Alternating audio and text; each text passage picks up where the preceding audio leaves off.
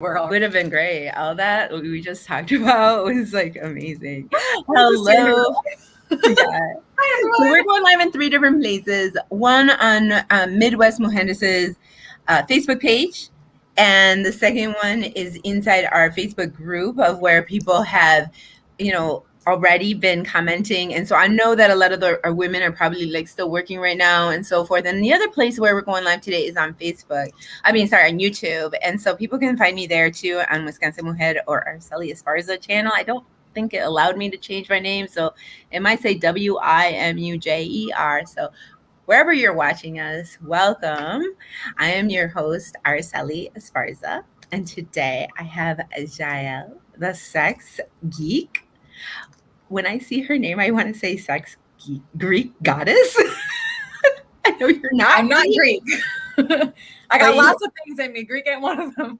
Right. Right, exactly. So I just want to welcome everyone again. I am the founder of Midwest Mujeres Collective. We are helping Latinas and women upskill their digital knowledge and grow their own businesses and platforms, all while helping national brands and nonprofit organizations reach their targeted audience. We provide mentorship, we provide leadership opportunities, and a reputable platform that is well known for its community work. And today we are building community with Yael, our sex geek. So for y'all who are joining us, oh my gosh, hey, I am so ready for this talk. Somebody just said that. They're like, yeah, give it to me. Oh man, that's the joy right here, my friends. Yes, because let's talk about.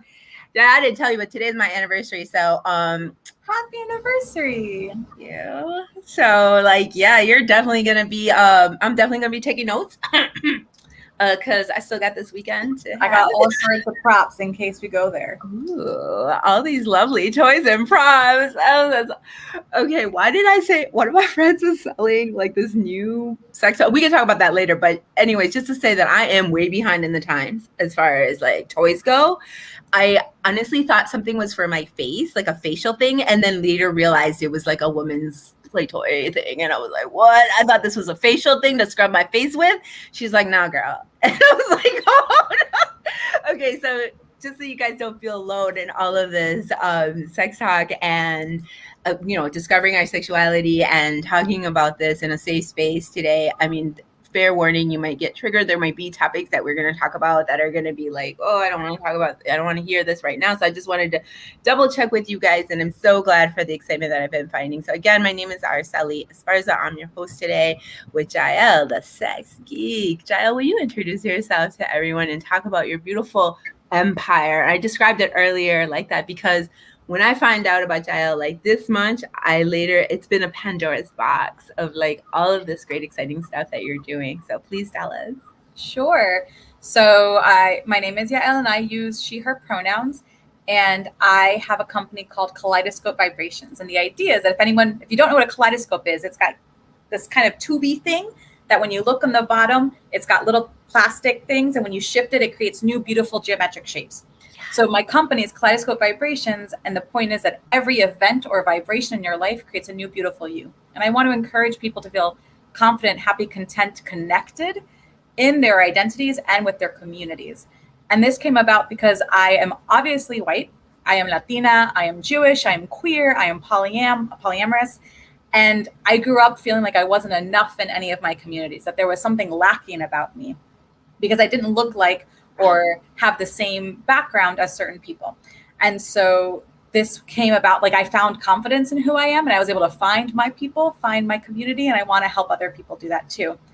And also, I'm a sexologist. And so through that company, I do like identity coaching, I do kind of some DEI type stuff, and I have a publishing company where we uplift voices that may not otherwise be published in mainstream media.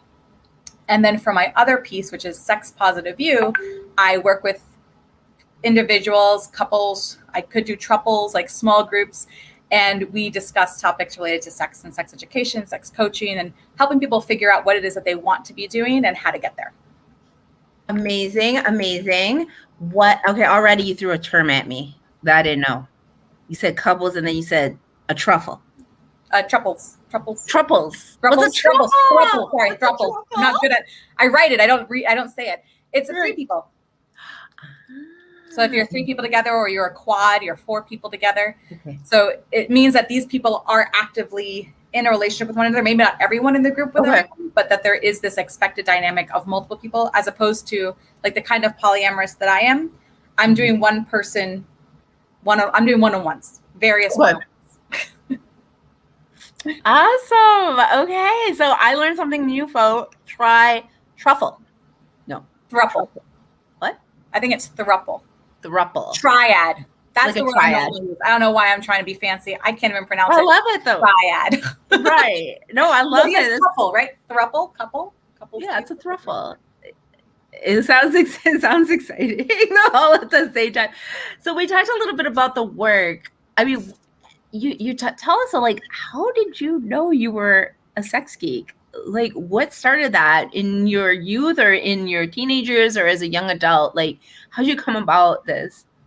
I'd say that this is where my narrative really differs from a lot of Latinas, and that my mother's Puerto Rican, and it was really important to her that her daughters know themselves and felt confident in themselves and knew what sex was and did not think of it as a scary or bad thing.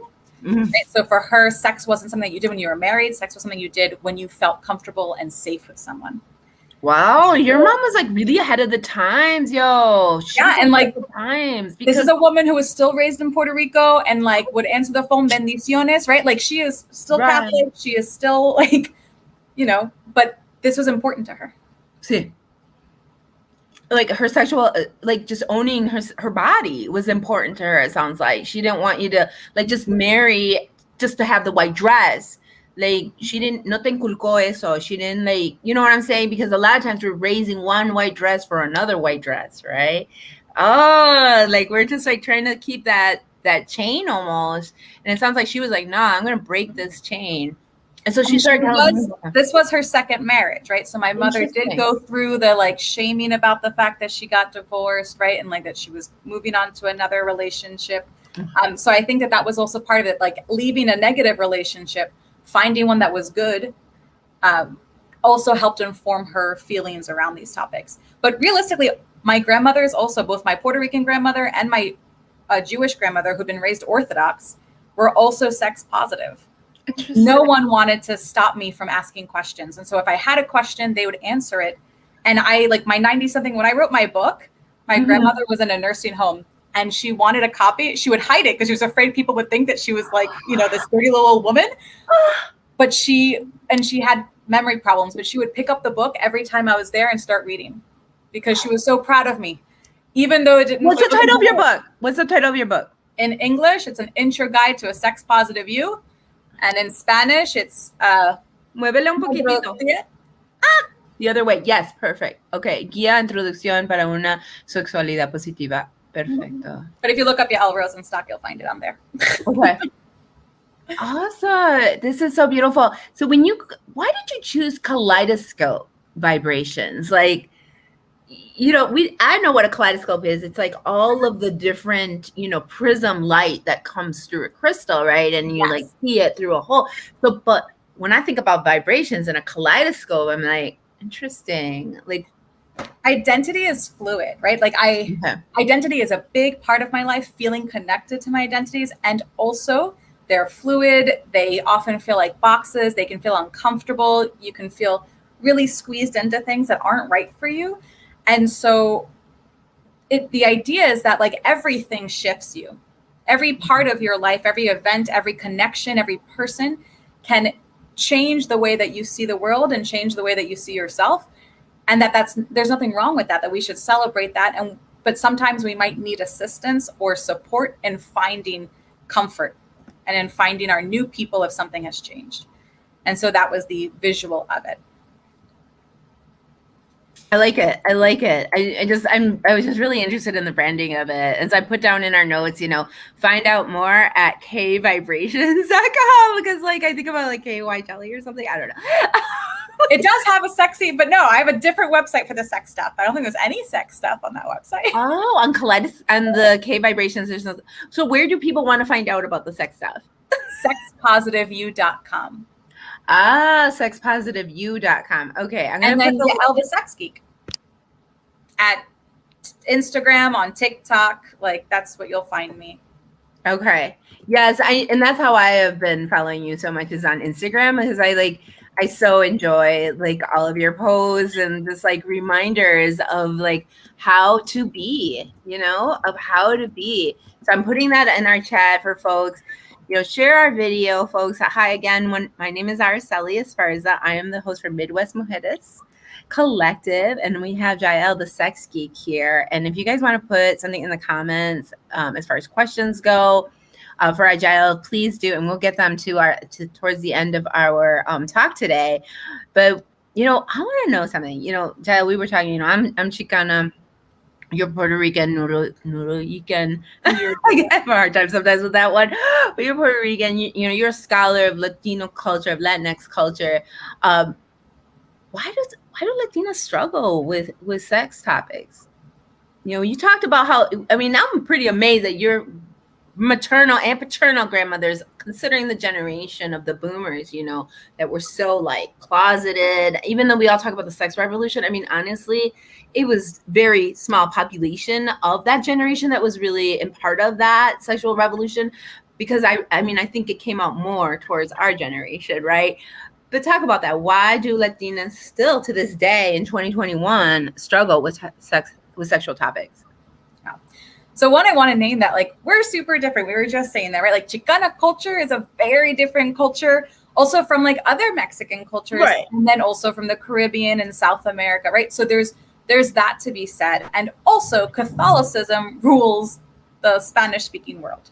Yeah, it does. And it is. And I'm Jewish, so I apologize if I offend anyone.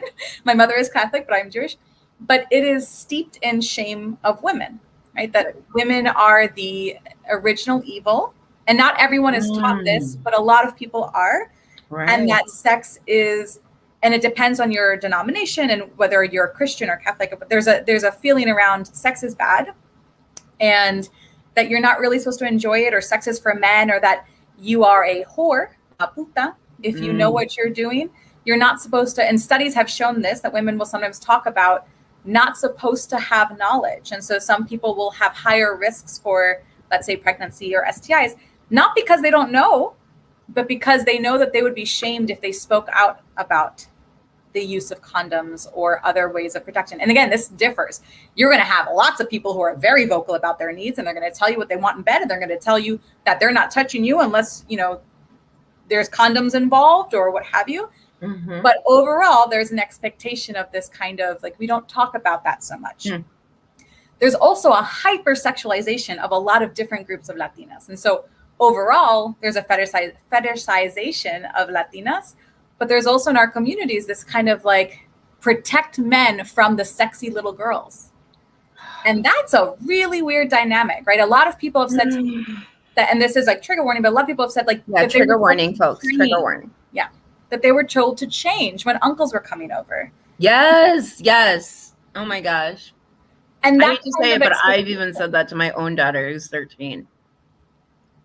And out of like, and it's like, what am I trying to do here? But I get so like, and even her coming out as queer has been really difficult because I know how some Latino Mexican men have talked about lesbianas in a very violent way. Again, trigger warning for all of you all. Thank you for joining us today. We're talking with Yael, the sex geek, and we're talking about some heavy duty stuff. And so we just want to honor everyone's vulnerability as well, talking about these sexual topics, because we are diving deep about why Latinas struggle with sexual topics today. And one of them, as you were saying, is like how we accommodate for like this raging man situation that's like raping women, and that we have to almost protect our daughters, protect ourselves, so that we change to accommodate their uncontrollable hormones and needs. Because, for heaven forbid, if we instigate something like that, because with our dress, our talk, our way of being, or even our own sexuality could be a trigger. Talk more about that. It's not just Latinas, but it is heavily true for a lot of Latin communities.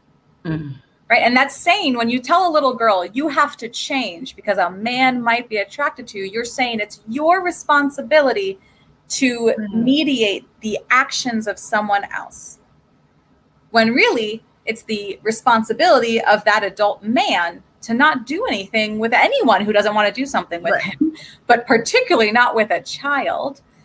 And that is such an important lesson that we are teaching without realizing, right? That you are in charge, you are responsible. If something happens to you, it's your fault, right? And that's how rape culture persists. And so I think all of these things where you're being told to control your sexuality, you can't show it, that if you have it, you're supposed to be pretty and sometimes even sexy, but not say sexual. And if you are sexual, it's only in the bedroom, and it's like, you're not supposed to be able to get knowledge about it. And so you shouldn't discuss it. And there's just all this that creates a struggle and creates a like weird dynamic that can make it difficult for people to feel comfortable and confident when they're engaging with their sexual selves.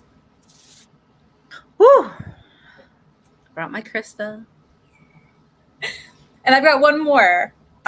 Growing up, so because of my, like what I look like, a lot of folks didn't expect me to be Latina. But then when I turn around and they'd see my shape, I have like a very stereotypical Puerto Rican shape with a very big butt and thighs, which I always had. They'd be like, oh, she's Latina. And so I grew up clinging to my body as my way of validating myself, right? Like, this is how I got to be Latina. Like, you know, and I speak Spanish fluently and like all that kind of stuff, but like my body is what validated me and feel real and seen. And so, and I love my butt. I'm a very big fan of my body. And also I am participating in my fetishization, right? And the way that I am being seen as this like sexy, spicy, whatever, because I'm experiencing those stereotypes. And this is part of how I grew into my self-confidence.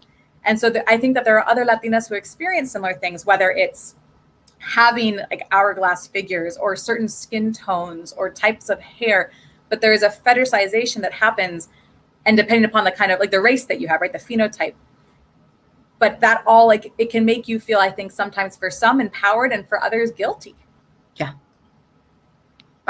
You have brought up so many different things. I just feel like, all this electricity about how we can do this better. I mean, how can we do this better? I mean, that's kind of my first thing. It's like, if we understand why we struggle with these sexual topics. You're saying it happens from like the way we were raised, right? Cultural, social norms and constructs around gender and sexuality that have been oppressive and making us as at a very young age deal with like enormous responsibilities of regulating both ourselves and people that random men adults.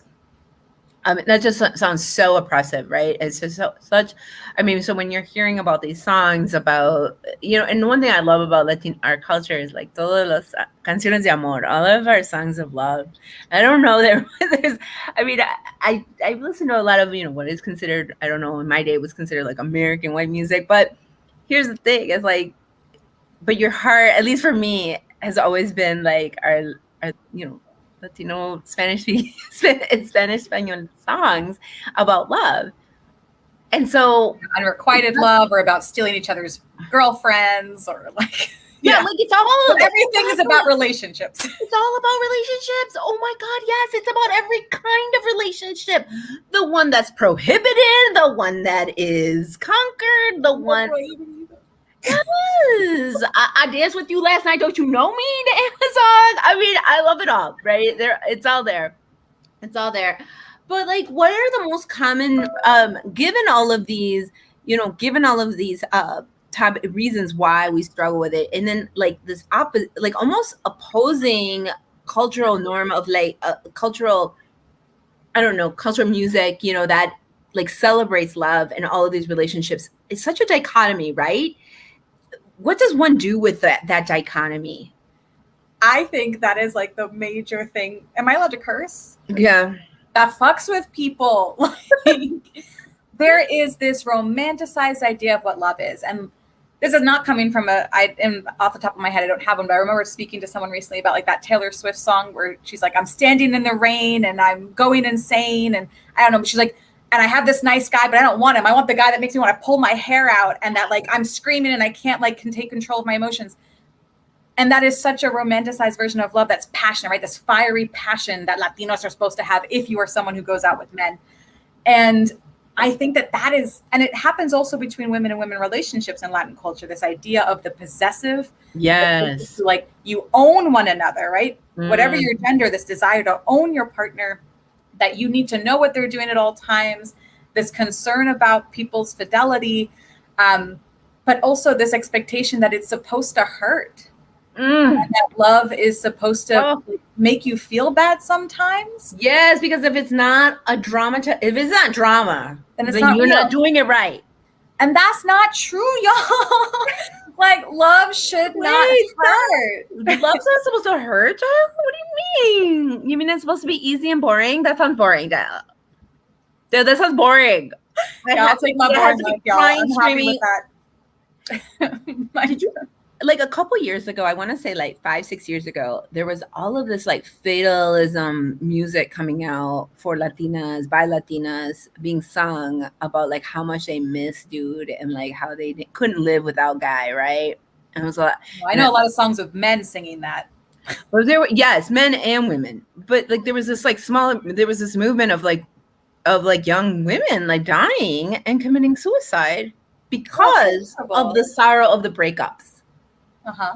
And so that was like a trend. I want to say like about 6-7 years ago, I remember speaking about this to a young youth group because there was like, there had been an incident in a community in, I believe in Chicago, where this woman like had committed suicide because she was so incredibly sad, but like also like the family was like, all she could listen to was this music of like, I'm nothing without you. There's no identity because of the possessiveness erases your identity as well. It erases the woman's identity because only one person, and even if you are the woman that has the possessiveness of the guy, it's like something about you that also gets erased. I mean, your confidence, the way you present yourself in the world uniquely is also erased by this. So that's one thing I do work on with clients is like identifying what is it about you that you don't ever want to lose within a relationship, and naming those things. And naming is actually a big part of my practice, right? Figuring out like, what is it that you want? What is it that you don't want? What do you want to make sure stays true? And like, we are always growing and changing. And also we should only be growing and changing in ways that make sense for us. And that are growing in the direction we seek to grow. I apologize. There's a siren. No, you're moment. Mine's going to come in a really short time as well. I'm pretty sure that I'll have like an airplane coming through as well. That's amazing. That's really cool that what you're talking about, like how your practice and your therapy that you do with people with coaching, and if people want to know more about that, they should reach you how? At Yael the Sex Geek or sexpositiveyou.com. Okay, so we have those in the chats, y'all. I'm talking with Yael the Sex Geek. I'm Araceli Esparza. I'm your host for Midwest Mujeres. We're always trying to uplift Latina women, professional women working in our community on a national level. Yael's been working regarding sex, and like, oh my gosh, she's talking about naming it. She's helping you name the very things you want, the things that you don't want, and like, what are the most common problems that people in general, all right, like, you know, all of us come to you for? What is it? Like, is it orgasms? Is it like, I'm not into the booty, I am into the booty, but they aren't? I mean, what is it? So pleasure is definitely one, right? Like struggling with orgasms or finding attraction or what have you. But I'd say the thing that's most common is that people are often in relationships that don't seem to be working very well. And they're at a crux of like, what do I do? Do I stay in this relationship that is emotionally draining me, that like I have given years to, and that we are both miserable? But they're too, like, some of them are at the point where they can say, I think that this might need to end, but others aren't, right? And it's interesting to me to watch this desire. And I think this does, for Latinas in particular, this desire to stay with someone, because otherwise it's a failure, right? You failed if you break up, whether it's a relationship or a marriage. And that only only relationships that do not end are real. Only love that exists forever is real. Like all these narratives and false stories that we put on ourselves that limit us. That's so limiting. If you didn't fail at it, how would you know what you want next time around? Like, it's not a failure if you lived it. It's a learning experience. It is. And of course it feels like a failure at first. I mean, because duh. But you know that, I mean, once you get some distance from you and that, it's not like, I wouldn't, you should never claim it as a failure. I don't want these, but. And of course there are things that couples can definitely overcome. And there are like patches of perhaps disinterest or low sex drive, or people are stressed out. But that is very different from someone coming to me and saying, for the past 2 or 3 years, we haven't been okay. Right? Or like even the past year, if you've been trying on your relationship for an entire year and you haven't been happy together, that says something, right? That's a long time to be unhappy with someone, and to not start talking about the possibilities that you both might be better off without one another, even if it's scary, right? But that those possibilities exist, and that everyone, not just the person who's coming to me, if it's one person, but everyone deserves to find relationships that are pulling them in positive ways, that help them grow, that help them feel confident and loved and wanted, instead of everyone feeling stuck and angry. But I love you. Yeah. Right? I love you, even though we are so unhappy. Sometimes it could be the religion, the children, economics might keep people together as well. Also full of reasons. There's a whole bunch of reasons why people stay together when they're not completely satisfied. And I was in a chat recently, and this is kind of like a sidebar. I was in this like Facebook post, whatever, and people started chatting and like what have you about it.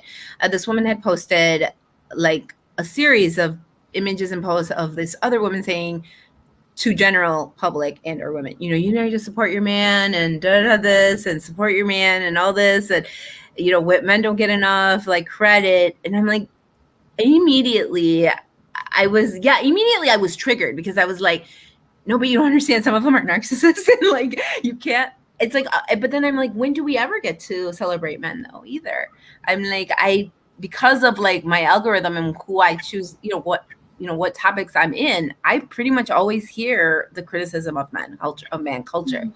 So I did understand that there was a time and place for it all. But I remember commenting and saying, I don't mind posts like this with a clause that's for victims and understanding.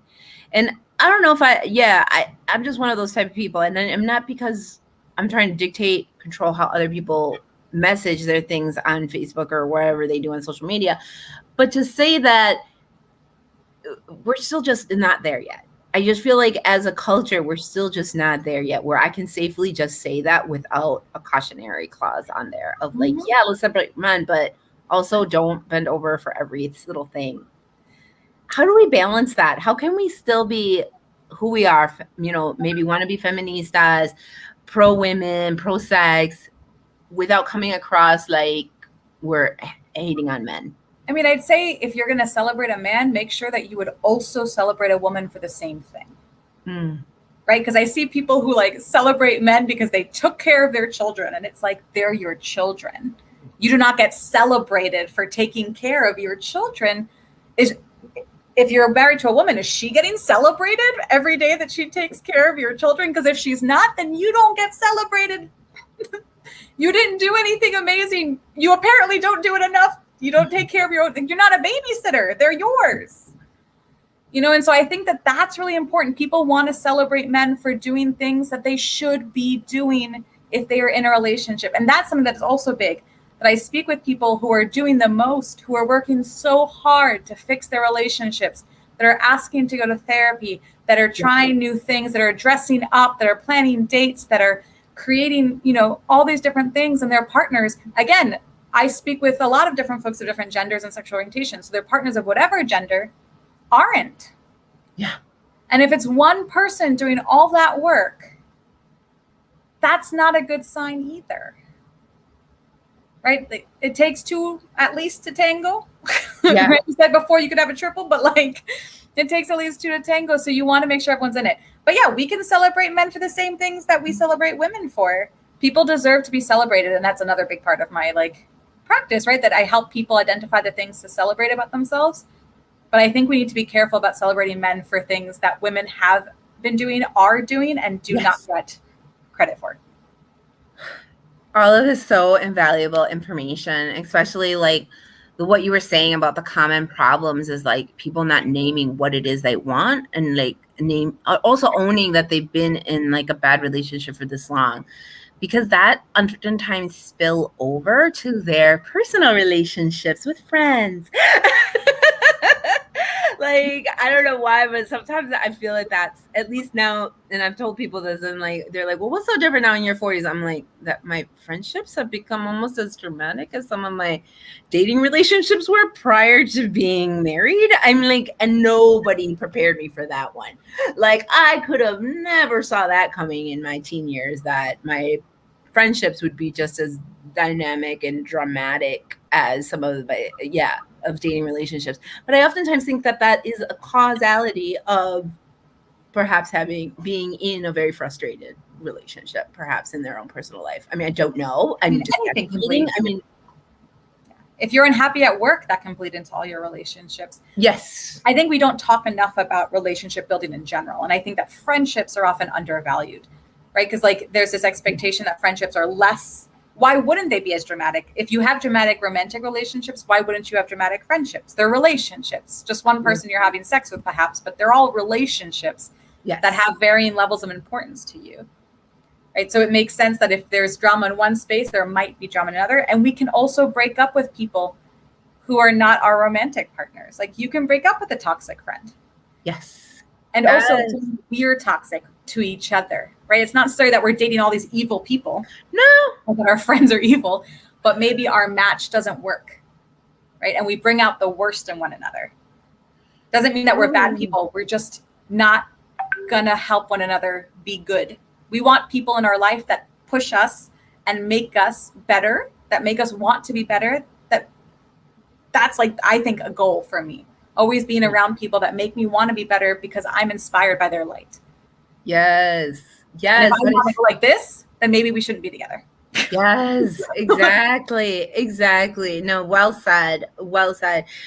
And I just recently came off from like a friendship that was very narcissistic, and so I kind of felt that also, like, while I was analyzing all of that on YouTube, like self-teaching myself what narcissism was, because I led myself to it thinking maybe I was, and which is oftentimes the signal that you are in a narcissist relationship, because you start thinking you are the one. That was like something I had no idea about. And then I was like, okay, well, let me find out. I never really knew what that term meant. And so I was like, okay, let me really find out about that. And I kind of was like, from a cultural perspective, even thinking, are Latinos are we more susceptible to narcissism relationships? Because given como somos creados to like uphold men, to center them, center families and so forth, and no más pensar en ellos, so that we're like, almost like targets for this type of personality in a way. No sé, era algo que estaba pensando when I was doing some of my research about what that term meant in particular. I'm sorry, going for a bunny hole here. Bunny trail. But also flip, right? Like sometimes there's like, I mean, in my family it was like príncipe because we didn't have many boys. And so like the boys, right, with the príncipes, but like I'd say the same thing can happen. You have the princesas, right? And that they're doted on and they're the gem of the family. And so they're used to the attention. They're used to having the world revolve around them. I think it can happen in either way. I do stay away from diagnoses because I am not a therapist. Right. So I might identify like, not symptoms, but qualities that people are engaging in and like what that might mean and how to mediate those things. But I won't like name narcissism or bipolar or what have you. Okay, good to know. Good to know that you don't give diagnoses, but you identify, what did you say, qualities, some qualities that might be there for folks. Again, hello, people. My name is Araceli. As far as I'm here with Yael, the sex geek. Put your questions down for Yael. I mean, when do we get a time to have this a woman that is so knowledgeable about sex on our channel and here for us for any kind of questions we might have about, I don't know, I can't have an orgasm, or like I'm having problems doing it this way or doing it that way, or what, hey, I'm 60, 70 years old. I mean, what's my best type of vibrator that I should use? Speaking about toys, you said you had some show and tell. They're not, I mean, I can go grab some toys. I got a lot of those, but what I have, like here is almost a 3D clitoris. Whoa, okay. There we go. Clitoris. Yes. And vulva. Right? Vulva is the thing that you can see. And I also have a pillow version. Okay, yeah, a little bit. Oh, cute. It's upside down. There we go. Oh, right. Oh, nice. Yes. and stuff like that. But what I do want to mention this, because I think this is important to name just in case people don't know it. Right. It is very uncommon for people with vulvas to orgasm through penetration. For some people, it can happen, but it is uncommon. And lots of people with vulvas, particularly women with vulvas, will feel like they're failing or their body is failing because they can't orgasm through penetration. They can't have simultaneous orgasms. Like, what's wrong with them? It's because it's all about the clit, y'all. Like, this is what's important. Giles, speaking the gospel. Oh, wait, yes. Okay, I see. Yep. So this is a clitoral glans. It's the tip of the clit. It's what you'll find around your clitoral hood, which is at the top of your labia, right? Mm-hmm. But it is, in fact, this large thing that goes around the lips. So it's under, and that's why penetration feels good when it does, is because you're stimulating the clitoris. You're stimulating the legs. But so it's all about the clitoris. But the reason that you generally need to have the top stimulated is that it's the most direct way, because everything else is through all this skin and muscle, whatever, and blood. Here, you're literally touching it. This is just like the head of a penis. It's the same thing. Oh, interesting. I never knew it was that big until you took it apart right now. I had no idea it was that big. I really thought it was always the size of a dime or something, and that was just it. Like, it was just hanging by itself. That's just a little head. Yeah, it has a whole bunch of, it has like little legs and a whole bunch of form. Okay, cool. So if you massage the lips, right, they get like poofy when they're aroused. If you massage the lips, you're stimulating the clitoral like body. And in the inside, like even the idea of the G spot. Yeah. It's kind of like where the legs are meeting ish. Okay. And so you're stimulating that whole system that is related to clitoris. But if you have trouble orgasming, then my thing is like, if you're in a heterosexual relationship and there is a woman who has trouble orgasming, she comes first. Yeah. Right? Like when I would meet new people, I'd basically be, and if they were people with penises, I'd be like, well, if there were men with penises, I would say, don't even bother taking that out until I've orgasmed. Right? I don't want the pressure. I don't want to feel like, I need to know that my pleasure is important and that we're going to take the time for me to get there. And then we can do other things. But, sometimes there's this pressure, like, I just want to stick it in. I just want to whatever. If you have trouble orgasming, just say it's about you until you get there. And then there's all this time for more play because your body can probably handle as much play as you want. Yeah. Oh my gosh, that's such beautiful words how many of us were not looking for that when we were in like our 20s, right? Where is that G-spot? I'm like, And I remember someone was like taking, I was like, I don't know what you're doing right there, but like, I haven't orgasmed yet.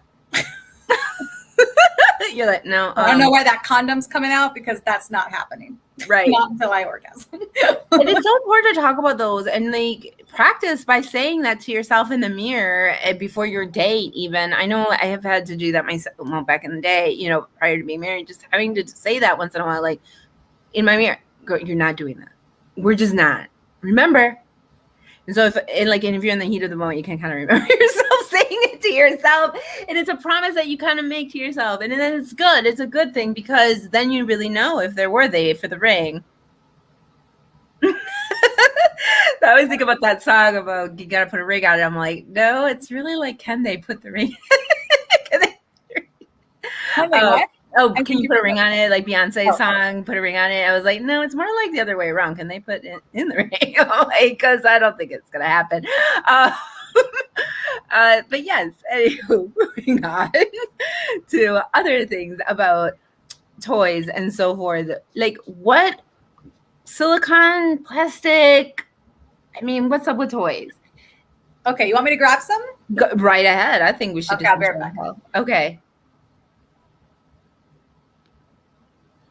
And folks, if you guys have some questions, put them down in the comments. I mean, maybe, I have my phone. And for those of us who are friends with me on Facebook, please private message me and I can do it anonymously and pretend that the question's mine if you like.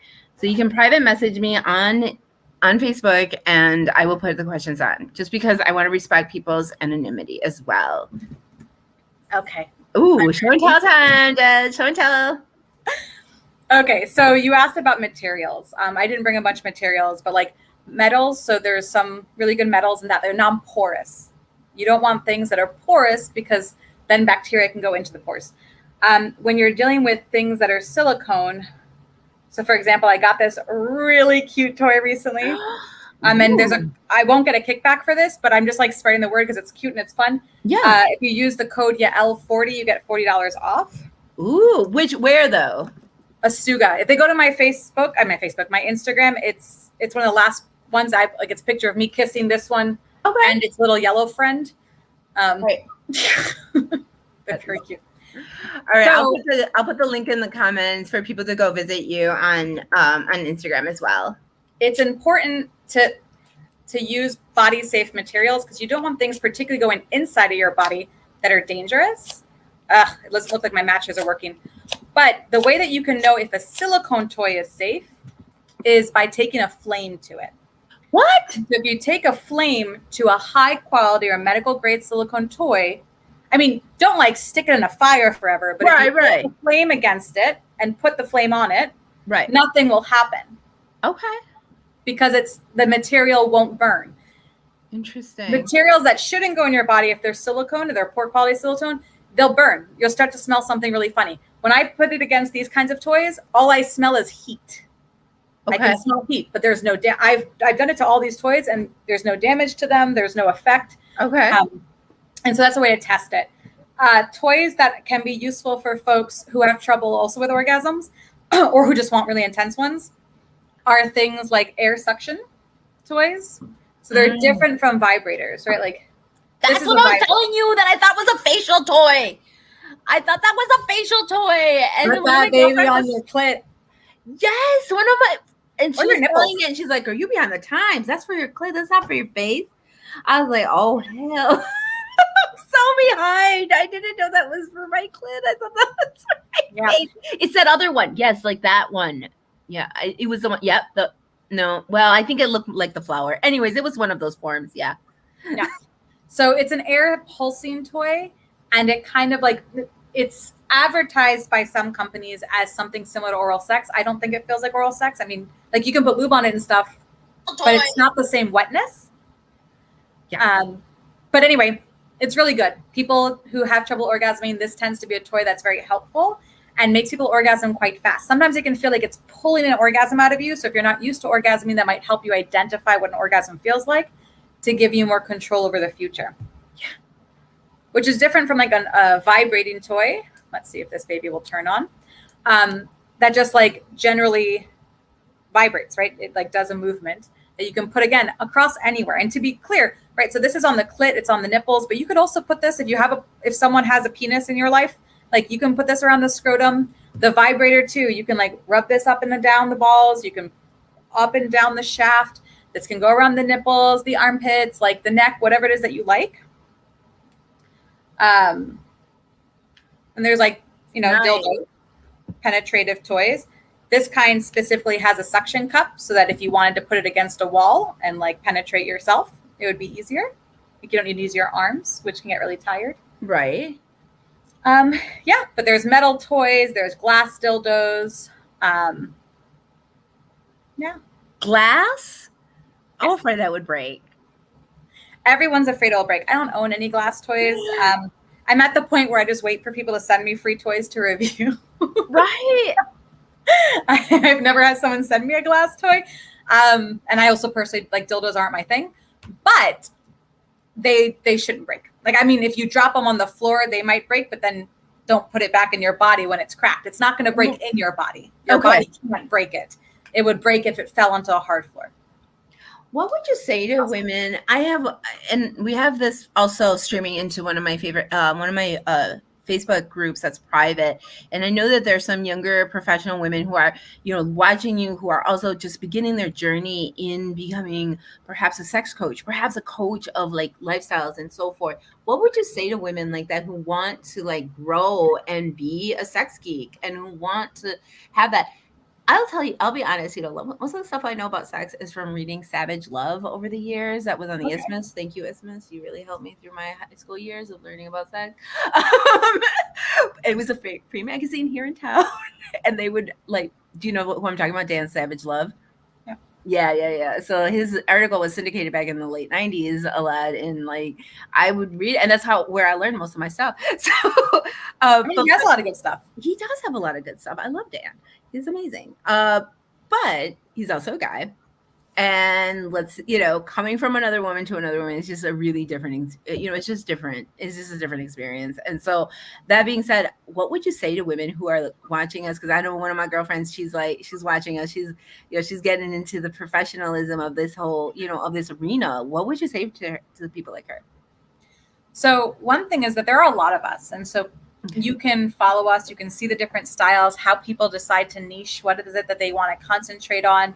There are folks who are purely educators. There are folks who sell courses. There are folks who do one-on-one coaching or group level coaching.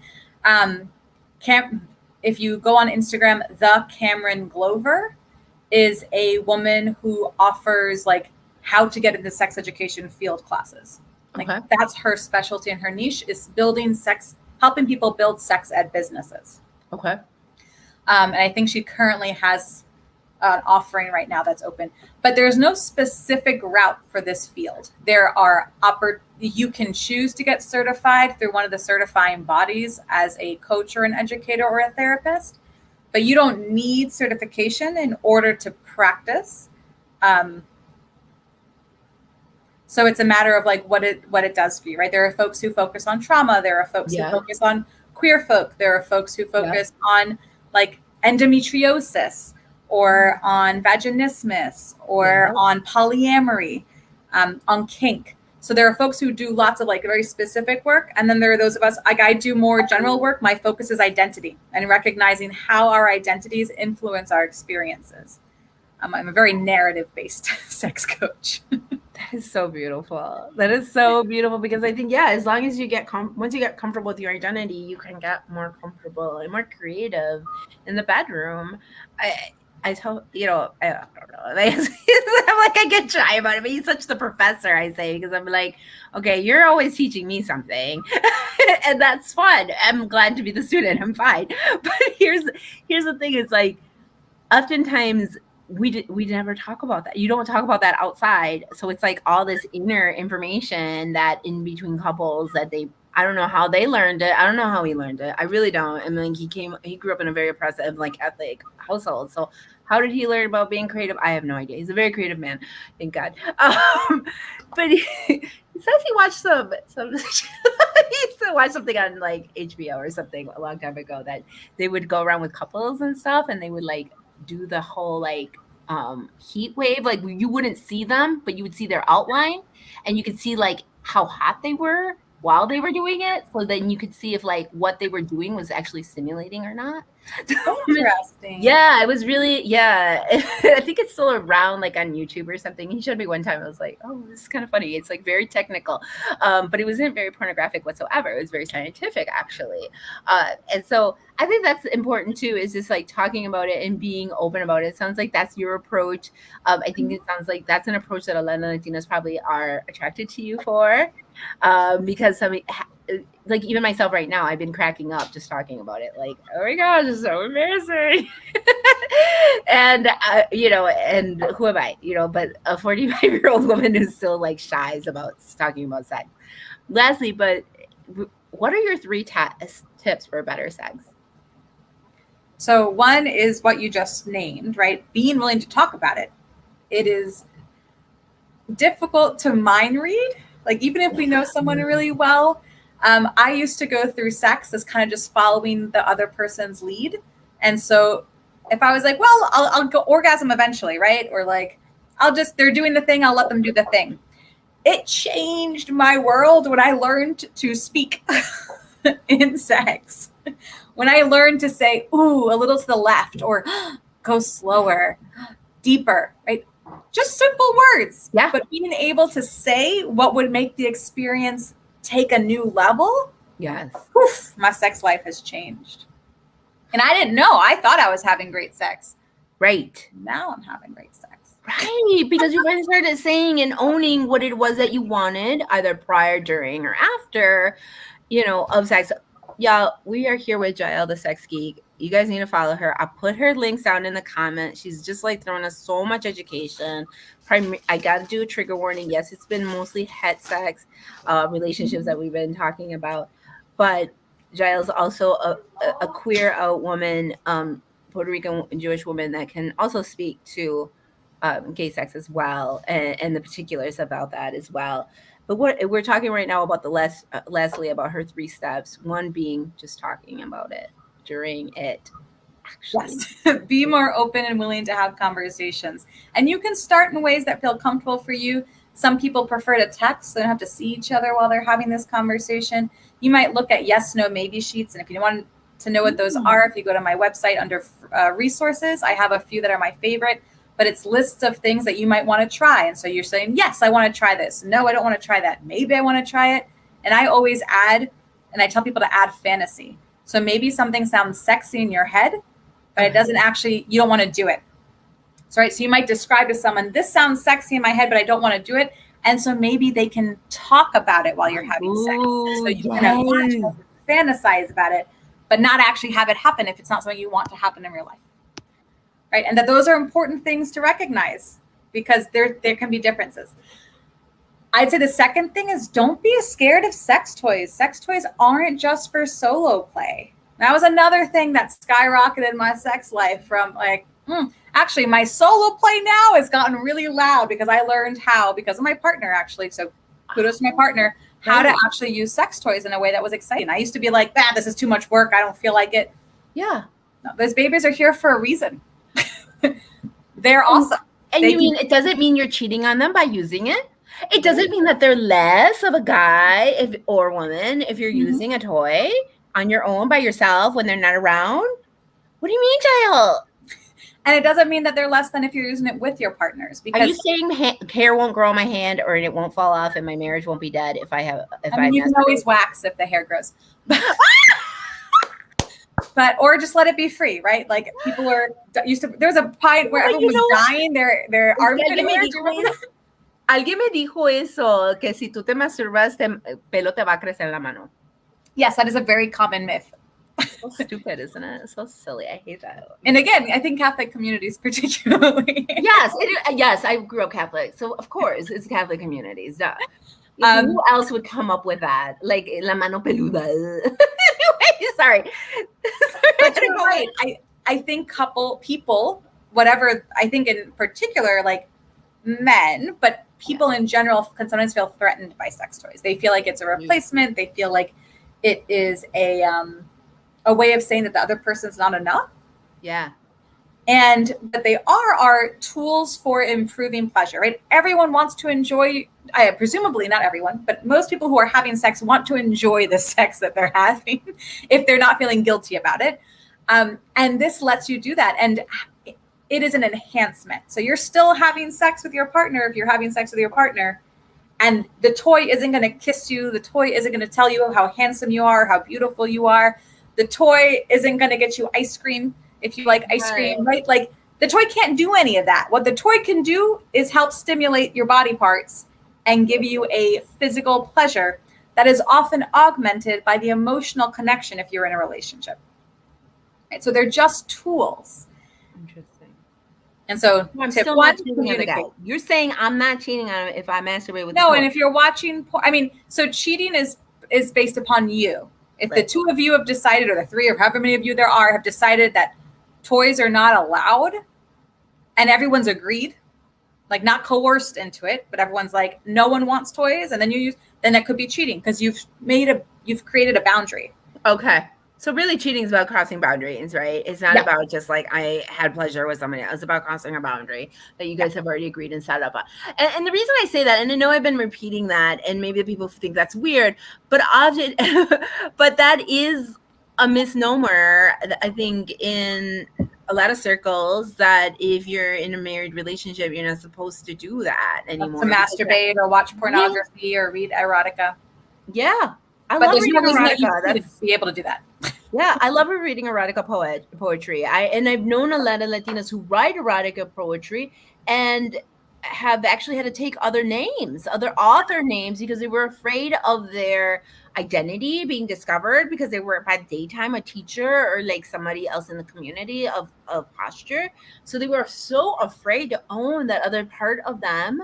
And I'm like, oh my God, you're such a great writer and nobody will ever know. I mean, it's so. Like, I love your erotica. Yes, it was really I love cool. erotica. I'm a huge fan. Yeah, I love erotica poetry. I write it myself, and it's something that helps me, and like I enjoy it, and why not? And if it only helps our relationship, it's not. I guess I'm saying that a lot because I'm mentioning it just because and today's our anniversary, 14 years of marriage, and so I can't tell you that it's been just like it's not as linear as people think it is. It's so Nothing in life is linear.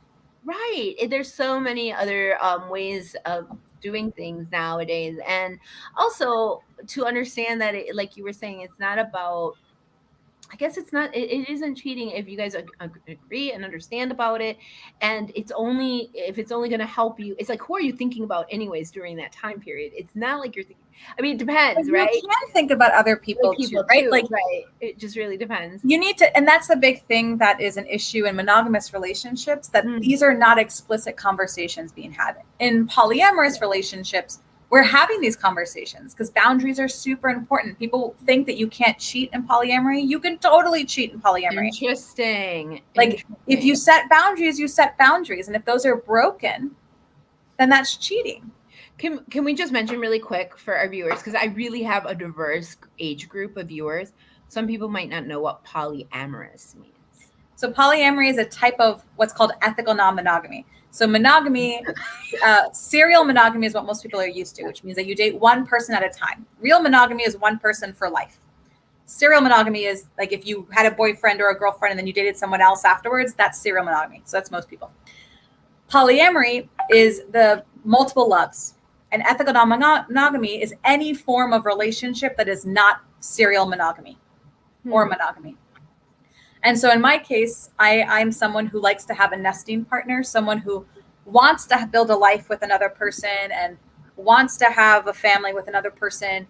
And also, I am open to all the love and excitement and beauty and connection that the world has to offer me, which means that if someone comes along and we have chemistry, that we get to explore that chemistry. Because it's not necessarily a threat to my other relationship. It's just about experiencing love. In the same way that most people have multiple friends, some people have multiple children. It's not like, well, I had another child, the other one's no longer important, going to give that one up. Or I don't like this second one as much, so I'm going to give that one up. You end up loving, generally, not always, but generally you end up loving all your children, right? There sometimes there's hardships and what have you. And the same thing, right? You have multiple friends, you love multiple friends. You can love multiple people that you're in relationships with romantically. Awesome. People wanted to ask you really quick. We had a question. Is there a share button for Facebook? People want to see if are you also on Facebook? And I believe you are as well. Right, Yael? You also I'm not actually on Facebook. So it's still the Yael the Sex Geek, but the only time I post is the Instagram posts it automatically. Okay. So really she's on IG, folks. Okay. Yeah, and TikTok. TikTok has a new feature where you can ask questions and I can answer them so there as well. So you've been doing Q&A sessions on TikTok too? I just got my first one this morning. I was in my bathrobe. It was before my haircut. Oh my gosh, that's awesome. It was about bringing spicy toys, aka sex toys, on airplanes. Oh, like which ones you can bring and which ones you can't? I think it was more about asking, because I'd done a video about that. And I think she was asking how to have, what do you say? And I just said literally I spoke to the agents going by and I was like, you want electronics out? Should I take out my sex toys? And then they knew, so that when it went through the machine, no one was surprised when there were sex toys. So you do have to say it. I don't know if you have to say it. I said it because I didn't feel like having my bags looked through. And so I was like, I can take them out if you want. I don't want you to touch them. I can touch them. And they never took them out. Oh, good. In that case, do you want to put them in a plastic baggie just because you don't want them to touch them? Okay. And you also want to, let's do a quick one. Toys that have, that can turn on by themselves, you don't want them underneath the carriage. They have to go in your carry-on, because if they start vibrating, If you remove the batteries, if they're removable batteries, that's fine. But if they start vibrating underneath the plane, they might be mistaken for a bomb. Right? So you don't want to freak out everyone in the airport. Right. So put that on the carry-on. Yeah. And even the carry-on, you might want to, because this happened to me, you might want to kill the batteries, right? Like use them, just let them do their thing for a while so that they also don't go off in your carry-on and your luggage is vibrating. Okay. My luggage vibrated for 30 minutes in the car once. Hey. Well, at least you know how long you can go. This is so amazing. Thank you so much, Yael, for being part of Midwest Mujeres, where we are here to empower Latinas and women nationwide and uplift their platform and giving them the channel and space and a way to also empower other Latinas who might be interested in being a sex geek. I know I was sometimes interested in it. Like on the bus, I'd be like, I already know all of Dan Savage's answers. I already know this and that. Like you be like, just because you're reading so much about it, you're just like, obviously you're like really full of knowledge about, okay, this, I should use that or what have you. And, and then being Latina with the most recent, Bad Bunny occurrences of his songs. I have been in so many conversations about Bad Bunny since last year in the beginning of the pandemic when he came up with that one song about like, as you know, about doing about anal sex. And so it was so many like, oh no lo quiero, cancel them. And a lot of them were Latinas in my generation, right? A little bit older, estamos como cuarentonas, como que, no. And I'm like, what is he saying that people aren't doing? I mean, if you're already doing it, I think the brother's just celebrating what people are already doing. Anal sex is definitely becoming more popular.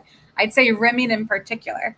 Yes. If you don't like things getting stuck up, that's fine. But definitely, if you're willing, try licking or being licked. Like those are really sensitive. I call that like a second clitoris. And for people who don't have clitorises, that's your first clitoris. Because that's where all the nerve endings, right? Okay, yes. Dan taught me. That's where all the nerve endings are. Yeah. Anyways, but that's, it's interesting how culture reflects culture. And then we kind of we're as Latinas and as women, we are forced to contend with those things. So if you're not going to talk about it, somebody else will. And you're going to still have to talk about it.